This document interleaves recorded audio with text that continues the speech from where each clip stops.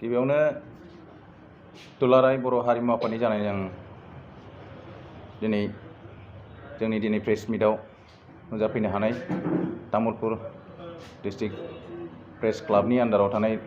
Reporter नोंथांमोननिसिम जोंनि गोसो गोरबोनिफ्राय खुलुमनायखौ बावहरग्रोबाय। दा थांखिखौ जोंनिया मानगोनां गाहाय नेहाथारि बिथाङा बुंथिना गालांखाबाय। जोङो दुलाराय बर' हारिमु आफादा जोनोम जादोंमोन जोंनि हारिमु बिथिङाव जौगानायनि थाखाय माखासे खामानि मावनो थाखाय बेखौ जों मावबोबायबो थादों। नाथाय सरकारि बिथिङाव एसेबां नांगौबादि जों हेफाजाब मोनबोआखै नालाय सापर्टिं मोनबोआखै, जायनि थाखाय जोङो सरकारनि फान्डफ्रा जोंनि सरकारनि फान्डफ्रा बिटिसि सरकारनि फान्डफ्रा बबेथिं थाङो, थिग माबाजों लामाजों बाहायजादोंना बाहायजायाखै बेखौ जों नायनो नाजाबाय थादोंमोन। बे हिसाबैनो जोङो सावरायनाय जादों, गोबां सावरायै जोङो ओंखारना फैबाय। लास्टआव जोङो RTI खालामनाय जागोन होननानै सराइबिल कनफारेन्सआव जोङो डिसिसन लाबाय आरो नेक्स्टआव आरो मोनसेयावबो रायज्लायफिनबावनाय जादों। मायाव जादोंमोनलाय हजायाव मोनसे जाबावनाय कनफारेन्सआव बेवहायबो डिसिसन लाबावनाय जादों आरो। दा बेनिफ्राय जोङो थांनाय डिसेम्बर दानाव आङो हारिमु आफादनि जानानै RTIखौ फाइल खालामनाय जादों आरो बै समाव RTI फाइल खालामनायनि सिगां गोबां मानसिजों एडभाइस लानाय जादों। बेवहाय गोबाङानो दा बर्थमान सरकारजों नांथाबनानै थानाय आर्टिस्टफोरबो दं, सरकारजों नांथाबनानै थानाय सोरबा EM बिथांमोनबो दं। बिथांमोना बयबो सापर्ट होदोंमोन, नागिरनांगौ बेखौ। मानो होनोबा रियेल आर्टिस्टफ्रा गोबां गोदोसोनानै दं। जाय रियेल आर्टिस्ट बिथांमोना नांगौबादि सुबिदाखौ मोननो हायाखै। दिनै जोंनि गेजेराव जेरै सिनेमा प्रडाक्सननि नामै केलेंकारि जाबाय थायो। सिनेमानि डिपार्टमेन्ट दङ दिनै 40टा डिपार्टमेन्टनि गेजेराव जोंहा सिनेमा एन्ड थियेटार डिपार्टमेन्ट मोनसे दं। बेनि बादै जोंहा culture department, cultural affairs department दङ। दा बे मोननै डिपार्टमेन्ट थासेयावबो दिनै जोंनि गेजेराव मानो सिनेमा हल गंसेबो गैया। दा सिनेमा हला गंसेबो गैया हिसाबै जोङो सिनेमानि सायाव जों डेभेलप जानायखौ नुनो मोनाखै आरोखि। जा एसे सिनेमा बानायो गामियाव भिडिअ देखायनाय, गामि 10 थाखा 20 थाखानि टिकेट दानानै भिडिअ देखायनाय, जायनि दारै प्रडिउसार बिथांमोना लाबनि मोखांखौ नुनो मोनाखै आरो जाय आर्टिस्ट बिथांमोना गाबोदों बिसोरबो गाव गावनो फैसा गारनानै दिहुनबोयो। बेवहाय सिनेमानि कम्पिटिटिभ जानो हायाखै सिनेमाया। मानो होनोबा इन्टेलेक्सुयेल मानसिफ्रा हल गैयिनि थाखाय नुनो मोननाय जायाखै। बेहाय खुनु बेनि सायाव क्रिटिसाइज खालामनायबो जाया। दा बे हिसाबै खुनु डेभेलपमेन्टखौ जानाय नुबोआखै। दा बेयाव जों नुबोबाय सरकारा जोंना बिटिसि जानाया जोंहा जाबाय 17 बोसोर थांबाय। 17 बोसोर थांनानै मा जाबोखो दिनै आसाम स्टेटआ थांनाय बोसोरनै सिगाङाव मोनसे प्रजेक्ट फोसावदों। बिसोरो जाय सिनेमा हल बानायनो गोसो बिसोरनो साबसिडियाव मोनफा सिनेमा हल बानायनायनि मोनसे होदों मोनफ्रोमबो ब्लक हेडआव। बे हिसाबैनो गल्ड सिनेमा जादों, क'क्राझाराव गंसे दं दा गल्ड सिनेमा हल, साबसिडियाव होनाय जादों आरो। दा नै रिसेन्टलि दाख्लै लकडाउनाव मोनसे फोसावबावबाय, जाय सिनेमा हलफ्रा थैनानै थांबाय बिसोरनि थाखायबो फान्ड होदों। जाय सिनेमा हला गोदान बानायनो गोनां बिनि थाखायबो फान्ड दङ। दा होनबा जोंहा बिटिसिआव बेफोरबायदि राहा गैयामोन नामा? बेफोरखौनो जों नायदिंनो थाखाय माखासे RTI खालामनाय जादों। दा RTI खालामनानै जों नुनो मोनबाय, जोंनो खोनानायावथ' सिगाङाव खोनायोमोन कालसाराव फैसा गैया, कालसाराव खमथार होनबाय थायो जोंजों। जेब्ला जों रायज्लायनो थाङो माखासे टपिकखौ लानानै कालसारनि डेभेलपमेन्टनि सायाव। आरो थांनाय 2015 सनाव जेब्ला लास्ट नैबे सरकारा दाजादोंमोन गोदानै, लास्ट 15 बोसोरनि समाव, बे सरकार दाजेननाया जुन मासाव कालसारनि बिबान मोननाय बनजार दैमारि मानगोनां EM आवगैनि एक्स EM बिथाङा मोनसे मिटिं लेंदोंमोन PWD गेस्ट हाउसआव। बे मिटिङाव दुलाराय बर' हारिमु आफादजों लोगोसे बड' आर्टिस्ट एस'सिएसन, अल बड' आर्टिस्ट एस'सिएसन, दा बर्थमान बड' सिने आर्टिस्ट एस'सिएसन जाबाय, दा बिथांमोनाव दंमोन। अल बड' रेडिअ' TV आर्टिस्ट एस'सिएसन दंमोन। बेवहाय माखासे कालसारेल हान्जाफ्रा दंजोबबावोमोन। बेवहाय गोबां खोथा जादों। ओरैबायदि गोजोननाय मोन्दोंमोन जोङो, सिगाङाव जाय EMफोर जालांदों, सिगाङाव जाय EMफोर जाबाय बिथांमोना बेबायदि गुरुत्थ' लायैखाय एबारनि EMआ बिराद मोजां जासिगोनदां, जोंखौ सावरायनो माबा लालायलायबाय बिबान लाजेननायावनो, बिदि होननायखाय जों मोजां मोनबाय। प्रब्लेमखौ बुंबाय। दा प्रब्लेमनि सायाव सावरायै माखासे खोथाखौ होननायबो जाखादों जों बेवहायनो। एबार खिन्थु सार सिगाङाव जानाय बादि माखासे बेनिफिसियारियानो होन माखासे स्किमानो जों कालसारनि स्किमखौ जाहाथे सोरबा चौकिदार पियननि हिन्जावफोर, सोरबा चौकिदार पियना मोननो नाङा, बा सोरबा अफिसाव मावग्राया मोननो नाङा, सोरबा ड्राइभारफ्रा मोननो नाङा, अफिसनि जायखिया पार्टिनि लाइननि जायफ्रा कालसारजों लिंक गैया बिथांमोना मोननो नाङा होननानै डाइरेक्ट बुंखानाय जादोंमोन आरो। सोरबा PAनि हिन्जावफ्रा मोननो नाङा बेफोरबायदिखौ। दा बेवहाय डाइरेक्ट होनदोंमोन बनजार दैमारि बिथाङा होनबाय एबार बिदि खुनु जानाय नङा। नाथाय उनाव नुबाय जोङो खुनु रेसपन्स गैया। ओरैबायदि जाबाय सबसे गाज्रिसिन थांनाय 17 बोसोराव सबसे गाज्रिसिन EM होनोबा बिथांनि समावनो जाबोदों आरो दा बिथांनि आमोलावनो सबसे गाज्रिसिन जाबोदों आरो जों बुजिनो मोनबाय उनाव बे मिटिंखौ बरजा दैबारि बिथाङा लेंनायनि जाहोना जाहैबाय कालचारनि मानसिफ्रा बेसेबां गोथौ दैनि ना बेखौ साखिनायनोसो लेंदोंमोन बिथाङा बेवहाय आन्दाज मोनबाय जायनि थाखाय दा नुबाय जोङो RTA खालामनानै माखासे रिपर्ट मोननाय जादों बे रिपर्टनि गेजेराव जोंहा आं नोंथांमोननो देखायनो सानदों बेवहाय जोङो फान्डखौ खम होनो कालचाराव किन्तु कालचारावथ' फान्डा खम नङा कालचाराव दा नै फान्डा मा खम जानो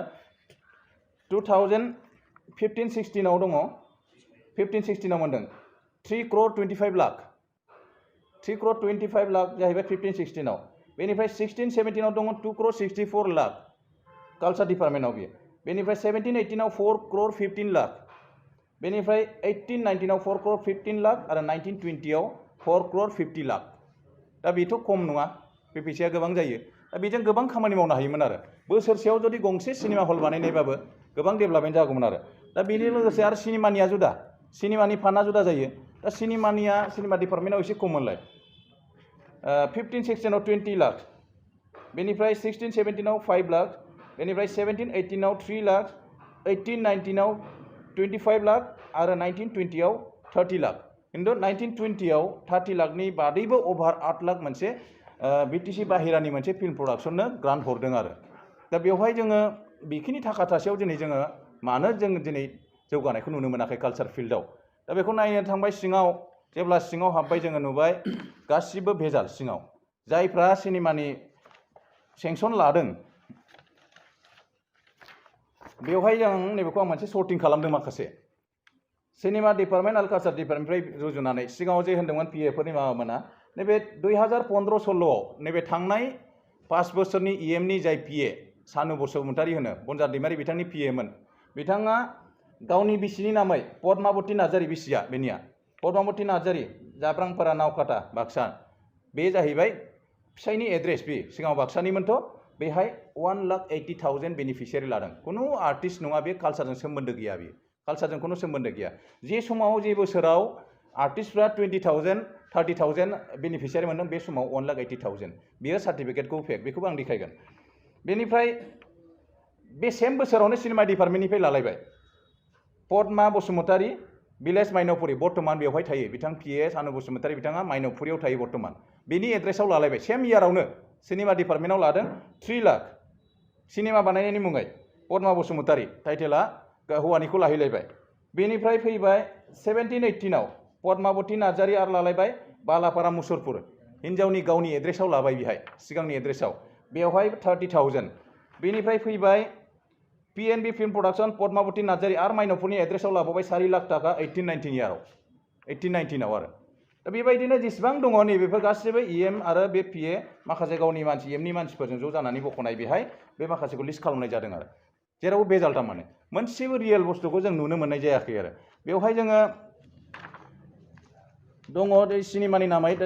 नकल सार्टिफिकेट होनाय गासिबो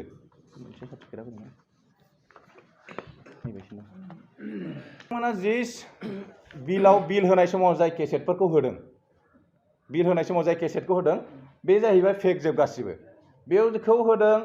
18-19 आव लानाय मोसाखरी फिल्म प्रडाक्शन बेबो खेबनै ग्रान्ट बख'बाय 16-17 आरो 18-19 आव बेहाय 18-19 आव जे बुस्थुखौ होदों बेयो मालायनि सिनेमानि पिक्चारखौ होना होबाय सिमां बायदि सना नों आंनि जाय सना नों आंनि डिरेक्टरखौ बेवहाय देखायदों उमेश ब्रह्म बेवहाय देखायदों मोसाखरी फिल्म प्रडाक्शना दिहुननाय किन्तु बेनि सिंनि भिडिअखौ नायबाय गौरां फिल्म प्रडाक्शननि सना नों आंनिसो सिंनि भिडिअआ आरो बे सिंनि भिडिअआव माबा गैया सिंनि भिडिअआव बै स्पन्सर्ड बाय फिल्म सिनेमा डिपार्टमेन्ट बे लिरनायाबो गैया बेफोरबायदिनो बे सेम दाना नायदो बे जुदा जाबाय सुब्रजित मेल'डिस बे फिल्म प्रडाक्शन बेनि कभार पिक्चार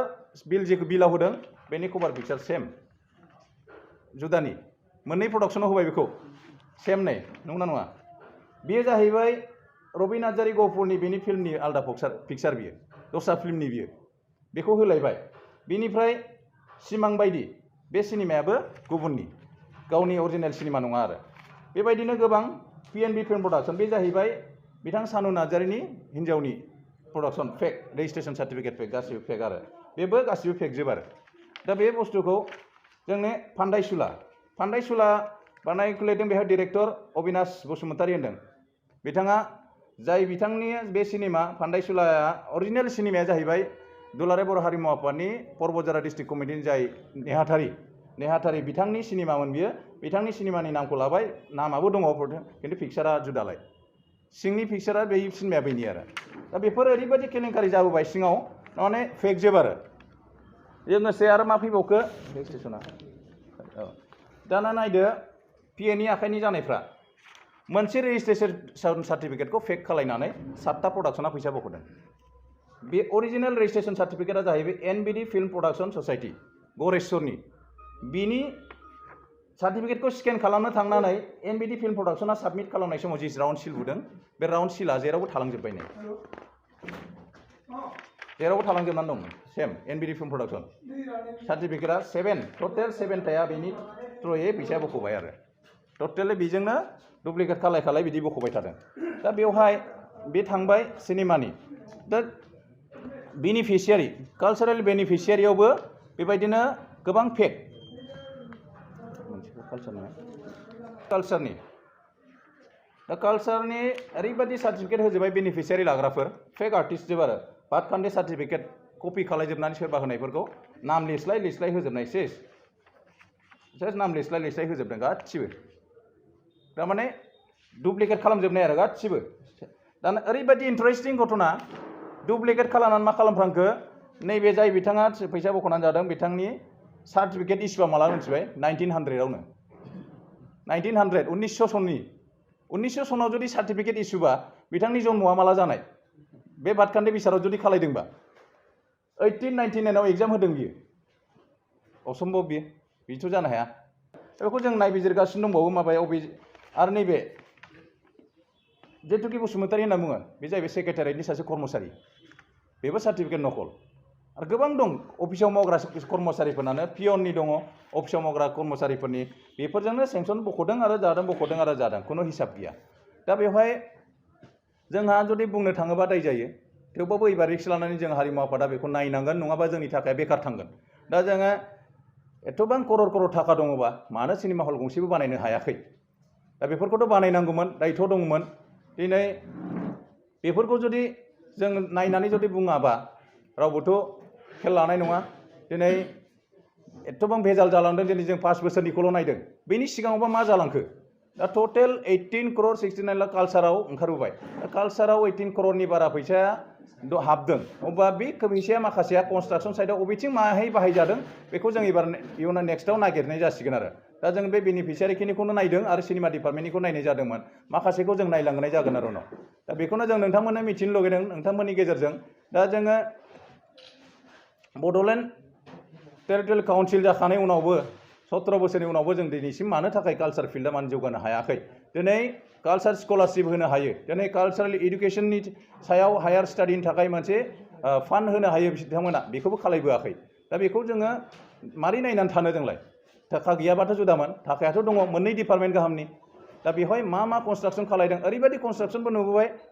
कनस्ट्राक्शननि नामै अपेन स्टेज ओरैबायदि अपेन स्टेज बिबानो हरो सिस्टेमानो गैया आरो कनस्ट्राक्शननि नामै हरो फैसाया ओमफ्राय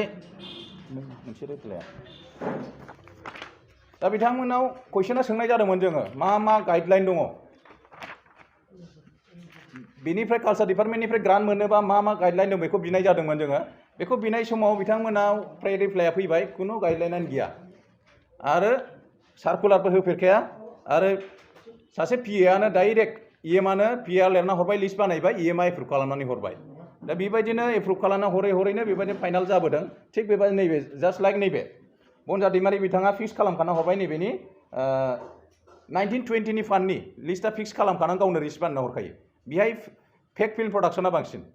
कमप्लिट फेक फिल्म प्रडाक्शन दा बेफोरबायदि जाबाय थायोबाथ' मारै जानो न' सार्कुलार न' एडभार्टाइजमेन्ट न' स्क्रुटिनि डाइरेक्ट ग्रान्ट आरो गासिबावबो शेयार दंजोबो आरो बेनिफिशियारि जि बेनिफिशियारि मोनो बेनिफिशियारि मोननायावबो जायफोरनि बेनिफिशियारि 8,000 10,000 मोनदों बेवहाय खमसे खम 2,000 टाका मिनिमाम पिएनि आखायाव होआबा बेखौबो मोना आरो इएमआथ' थांखाया अफिसाव इएम थाङा हिसाबै पिएआनो कन्ट्रल खालायजोबो पिएआ मा खालायो एखमबा खोनानाया आरो राव गोबां गावनो गोसोबायदि आंसो इएम होननानैबो लायो एखमबा बेफोरबायदि आरो ओरैबायदि दादागिरि टाइपआव खामानि मावबोबाय थादों थांनाय 5 बोसोराव दा बेखायनो जोङो हारिमु आफादा बेखौ नायबिजिरदों आरो बेनि सायाव जोङो केस होनायनिबो राहा लानाय जागोन आरो जों माखासे डिटेल्सखौ जों नागिरबावगोन दा सर्टिं खालामगासिनो दं मा डुप्लिकेट लेखाया गोबां दंबावो जों नागिरबावगासिनो दङ जोङो बेखौनो फोसावबाय दा इयुनाव जाहाथे बेबायदि जालाङा इयुनाव बेबायदि जायैनि थाखायनो जोङो स्ट्रंलि मोनसे अल जाय बिथांमोना सांग्रां जाय आर्टिस्ट बिथांमोना सांग्रां बिथांमोना बयबो ज' जानानै बे आरटिआइखौ खालामनाय जादों बेखौ सापर्ट होदों बयबो केस खालामनायनि सायाव बेनि थाखायनो रायलायनानै दिनै प्रेस मिटनि खोथाखौबो लानानै दिनै प्रेस मिट खालामनाय जादों आरो सिगां होनाय समाव बयबो बेयाव पार्टिनि खोथा गैयामोन सिगाङाव जाय बिथांमोना आर्टिस्ट बर्तमान जायखौ बिपिएफजों दं बिथांमोनहाबो बैखौ सापर्ट होदों सोरबा इएमआबो सापर्ट होदों जोंखौ आरटिआइ खालामनाय सायाव दा बेहाय जोङो खालामनांगौ होननाय बयबो थुलुंगा होनायावनो जों साहस जानानै आरटिआइखौ खालामनाय जादों आरो दा बेनो नोंथांमोननि सिगाङाव जों बेखौनो मिथिहोनो थाखाय जों मथा-मथि 5 बोसोरनि केलेंकारिखौ जों बाहाय देखायनाय जाबाय सिगांनिखौ जों नागिरबावनाय जागोन आरो बेनि सायाव जोङो राहा लानाय माने केसनि बेबस्था लानो नागिरदों मोजाङै नायबिजिरनानै अबे प्रडाक्शनफोरा फिल्म प्रडाक्शन जायफोर जादों फेक रेजिस्ट्रेशन सार्टिफिकेटजों बा जायफ्रा आर्टिस्ट नङा खुनु आर्टजों सोमोन्दो गैया माने बांसिनानो बिदिल' सासे सानैयाल' रियेल आर्टिस्टआ मोनदों दा एकदम बांसिन मथा-मथि 80% आर्टिस्टआनो फेक दा बिथांमोननि सायाव जों केस होनायनि राहा लादों पिआइएल खालामनाय आरो लोगोसे बिजिनेस मारै हायो बेखौ जों केस खालामनायनि बेबस्था लागोन आरो माखासे जोङो लिगेल एडभाइस लाबावगोन ल'नि मानसिफोरजों एडभाइस लानानै बेखौ जों बेबस्था लानाय जागोन आरो दा एबार जाहाथे नेक्स्टआव बिदि जुदि जों हगारबाय थायोबा नेक्स्टआव बयबो साहस मोननानै आरो बेबायदिनो खालामलांबाय थागोन आरो नेक्स्टआव जायखि फैया गुबुन सोरबा इएमआव बिदिनो खालायलांगोन सोरबा अफिसारफ्रा मोनसेबो सिस्टेम बानायना लायाखै दिनै जेखि स्किमानो रान दिनै अफिसाव जेबो खामानि गैया इमान फिक्स खालामना हरजोबखायो इमानो फिक्स खालामना हरो दिनै बड'लेण्ड टेरिटरियेल काउन्सिल जेब्ला बिटिसि एग्रिमेन्ट जादोंमोन 2003 नि 10 फेब्रुवारि जेब्ला एग्रिमेन्ट जादोंमोन बे समाव मोनसे मोनदोंमोन बड'फा cultural complex cultural complex to be established for the development of culture and heritage बिदि लिरनायमोन आरो ओमफ्राय दा नायदो बे न'खौ लुखांनायनि उनाव 2013 सननि 26 जुनाव बेखेवदोंमोन दिनै बे कालचार कमप्लेक्सआ कमप्लिट नङा जेनेरेटर लाबोदों जेनेरेटर कानेक्सन जायाखै दा बेवहाय जेनेरेटर कानेक्सन गैया ना साउन्ड सेट दं ना लाइट दं जेबो गैया दाबाय दिनै न'आबो गोबाय गिजि स्टेजआबो बायलांजोबबाय 7 बोसोरल' जादों बेखेवनाया 2013 निफ्राय दा बेवहाय हलनि भारायाबो ओरैबायदि जेबो गैया खिन्थु हलनि भाराया गोगोमखा अब्ला नों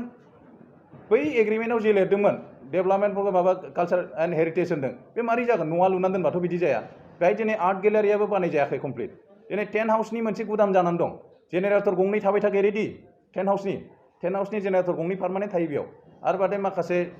स्टेजनि मेटेरियेलफोर थाबाय थाखायो पार्मानेन्ट खिन्थु जेनेरेटराबो बायखानानै दङलाय गिदिर खिन्थु कानेक्सनखौ होआखै खारना मा दा बेनिफ्राय बेखौ डेभेलप खालामनायनि माबा गैया नामा दा न'खौ लुनानै दोनबाथ' डेभेलप जाया जेब्लाना सोरखौबा बुंगोन सोरबा आङो जोंथ' कालचार कमप्लेक्स लुनानै होबायना बे न' लुना होबाथ' डेभेलप जाया बेखौ जोङो लुगैदों जाहाथे बेफोरनि थ्रुयै कालचार कमप्लेक्सखौ मोजाङै सामलायनानै मोनसे कमिटिनि थ्रुयै जेरै शंकरदेब कलाक्षेत्रखौ सामलायनाय जायो बेबायदिनो मोनसे कमिटिनि थ्रुयै जाहाथे सामलायनाय जाथों भबिष्यतआव दा अब्लासो नांगौखिनि माबाया फैगोन लामायाव डेभेलपमेन्टआ फैगोन आरो बेनि थ्रुयै जोङो लुगैदों आर्टिस्टफोरनो जोङो रियेल आर्टिस्टफोर जाय बिथांमोना न' गैजाया सिनियर जालांबाय बिथांमोननो जोङो माखासे न' लुना होनायनि माबाखौ लुगैदों सिनियर आर्टिस्टफोर आरो जाय बिथांमोना कालचारेल स्टाडि फरायनो थाखाय जेरै मिउजिकनि बा आर्टनि फरायनो थांगोन दिनै जों बिथांमोननि थाखाय स्कलारशिपनि राहाखौ लानांगौ आरो आर्ट गेलारि मोनसेबो गैया दिनैसिम मोनसेबो जायगायाव क'क्राझार हेडआवनो बिटिसिनि हेडआवनो आर्ट गेलारि गैया दिनै होमबा आर्टिस्टफ्रा अबाय थांगोन Kokrajhar music and fine arts कलेजाव फरायनानै गुवाहाटि स्टेट मिउजिक आर्ट कलेजाव फरायनानै दिनै बाहेरायाव फरायनानै फैनानै आर्टिस्टफ्रा ओरैनो दङ दिनै बिथांमोना एगजिबिसन खालामनो मोनसे जायगा गैया दिनै आर्ट गेलारि गैया खामानि मावनो थाखाय बिथांमोननि थाखाय सुबिदायानो गैया बेखौ मानो खालामनो हायाखै सिगांनिफ्राय सरकारा गोसो जायोबा मानो हायामोन एसेबांखिनि थाखा दं गुबुन डिपार्टमेन्टनिफ्राय नाङा कालचार डिपार्टमेन्टनि थाखाजों हायोमोन दा बेयाव थाखाखौ ओरैनो मिसइउज खालामलांबाय थादों आरो दा बेवहाय जोङो खुनु सिस्टेम गैया होननाय बेनो जादों आरो जाहाथे एडभार्टाइजआनो जायो ना मा जायो अफिसाव थांदो अफिसाव माबा सोङोबा जों मोनथिया जेबो मा मोनथिगौ दा एमाव बिहैबानो जाबाय पार्सेन्ट मोनबानो जाबाय मावना हरबाय बेफोरबायदि आरो दा बेनि सायाव जोङो एक्सना लागोन जोङो एडभाइस लाबावगोन आरो माखासे बुस्थुखौ जों नायबिजिरबावगासिनो दं सोर आर्टिस्टआ फेक सोर रियेल सोरनिया बेखौ नायबावगोन गोबां प्रडाक्शना जुदि फेक जादोंब्ला जाय बिथांमोना गुबै प्रडाक्शनजों सावथुन दिहुनगासिनो दङ बेनि सानाव नोंथांमोना माबाफोर खावलायनो नांगौ नामा जोङो बेखौनो खावलायनो सिगांनिफ्रायबो बुंबाय थादों डाइरेक्ट बे मिडियानि थ्रुयै नङाबाबो जाय बिथांमोना दासिम सिनेमा बानायगासिनो दं बिथांमोना रावबो फैसा गोनाङा नंखाया सासे सानै फैसा गोनां दं बिथांमोना लाबनि थाखाय बानायखाया जाय बिथांमोना गिदिर गिदिर प्रडाक्सन बे क'रर लाख लाख थाखा गारनानै फैसा बानायदों माखासे गिदिर गिदिर प्रडाक्सन दं बर'आवबो दाने बिथांमोना लाबनि थाखाय बानायखाया बिथांमोना लाब जायोना लस जायो बेजों खुनु सोमोन्दो गैखाया खिन्थु जाय माखासे प्रडाक्सनफोर दं आर्टिस्टफोर दं बिराद खस्थ' खालामनानै सिनेमा बानायबोगासिनो दङ फैसा खांलाय खांलाय बानायदों लाबनि मोखांबो नुवा दा बिथांमोना जाहाथे बेफोरखौ ज' जानानै स्ट्रंलि अपोज खालामनांगौ आरो बेनि सायाव मा जानो लुगैयो बेखौ खालामनांगोन दिनै जोंनाव सिनेमा हल खमसे खम जुदि जोङो बिटिसि एरियायाव मोनफ्रोमबो ब्लकआव जुदि सिनेमा हल बानायोबा दिनै 20टा सिनेमा हल जुदि बानायनो हानाय बा 15 बोसोराव जेनेबा नोङो 2 बोसोरखौ गारदो इलेक्टेड 15 बोसोरनि समाव दिनै 15टा सिनेमा हल बोसोरसेयाव मोनसे खरि ग्रान्ट होयोमोनबा साबसिडि हिसाबै दा 15टा सिनेमा हलाव बर' सिनेमायालाय बेसेबां गारनो मेक्सिमाम 15 लाख बा 10 लाख गारनानै बानायगोन दा बे थाखायाथ' सप्ता खनसेयावनो उथियो खुनु प्रब्लेम गैया कम्पिटिटिभ जागोन जेब्ला मोनसे सिनेमाया सिनेमा हलाव जागोन इन्टेलेक्सुवेल मानसिफ्रा नुगोन जाय लेखा गोरों गोराफ्रा नुगोन बिथांमोना नायगोन बे सिनेमाया ओरैबायदि जादों ओरैबायदि जानांगौमोन ओरैबायदि जाबावबा साबसिनमोन खोमा बेयाव अलरेडि कम्पिटिटिभ जानानै फैगोन होमब्लासो सिनेमाया दावगागोन जोंनिया बाहेरायाव जों कम्पिटिसन नांहैनोबो हागोन जाय प्रडिउसारफ्राबो सिनेमा बानायनो गिनाय नङा आरो सोरबा इनभेस्ट खालामनोबो गिनाय नङा दा जोंनावथ' इनभेस्ट खालामनाय माने लसखा थाखाया आं निजे भुक्तभोगि आंबो सिनेमा बानायदोंमोन सिगाङाव बेनो बे मुंनि सर्ट फिल्म आं बानायनाय खिन्थु बेवहाय खुनु आङो 25% फैसा बोखांनो हायाखै आरो दा बेनिखायनो दा लुगैयो जाहाथे जाय लिगेलि खामानि मावलांदों बिथांमोना जाहाथे सुबिदा मोनथों सरकारनि सुबिदाखौ दा ओरैनोबाबो जेखि मावनो थाङा बिखायो पार्सेन्टआ ओरैबायदि पार्सेन्ट बिगोन नों खुनु जेबो रायलायखाया फैसा नङाबानो बेखिनियानो आरो फैबाय थानाय बिसायख'थियाव जोङो दुलाराय बर' हारिमु आफाद हिसाबै सेन्ट्रेलि जों रावखौबो सापर्ट होनाय जायाखै सेन्ट्रेलि खिन्थु जोङो पार्सनेलि जोङो बर्तमान परिबर्तननि सार्थ'आव आं पार्सनेलि दुलाराय बर' हारिमु आफादनि जानाय नङा जोंनि गाहाय नायथिर बिथाङाबो सापर्ट होदों बिथाङा जोङो ट्रेक्टरखौनो सापर्ट होदों इउपिपिएल बिथांखौ फैथों जों जिखिनि बे बेजालफोरखौ नुनानैनो जों बे डिसिसनखौ लाना सापर्ट होनाय जादों खिन्थु आफाद हिसाबै सेन्ट्रेलि आफाद हिसाबै जों सापर्ट होनाय जायाखै खिन्थु बेनि बादै माखासे डिसिसन लानानै जोंहा मोनसे मिटिङाव डिसिसन लानानै डिस्ट्रिक्टफ्रा जाय जेरै माबादों बेखौ सापर्ट होनो हागोन होननायाव दा बिटिसि एरियानि टटेल 9टा डिस्ट्रिक्ट कमिटियाव 7टा डिस्ट्रिक्ट कमिटिया इउपिपिएलखौ सापर्ट होदों दा दिनै दंजोबो बयबो मोनफ्रोमबो डिस्ट्रिक्ट कमिटिया मोननैल' डिस्ट्रिक्ट कमिटिया बिथांमोना सापर्ट होनो हायाखै मानो होनबा बिथांमोना माखासे मानसियानो गुबुन पार्टिजों नांजाबनानै थाखानाय सिगांनिफ्राय बेफोरबायदि उसुबिदानि थाखाय सापर्ट होनो हायाखै खिन्थु 9टायाव 7टा डिस्ट्रिक्ट कमिटिया दिनै इउपिपिएलखौ सापर्ट होदों खिन्थु सेन्ट्रेल कमिटिया रावखौबो डाइरेक्ट सापर्ट होआखै आफाद हिसाबै बेनो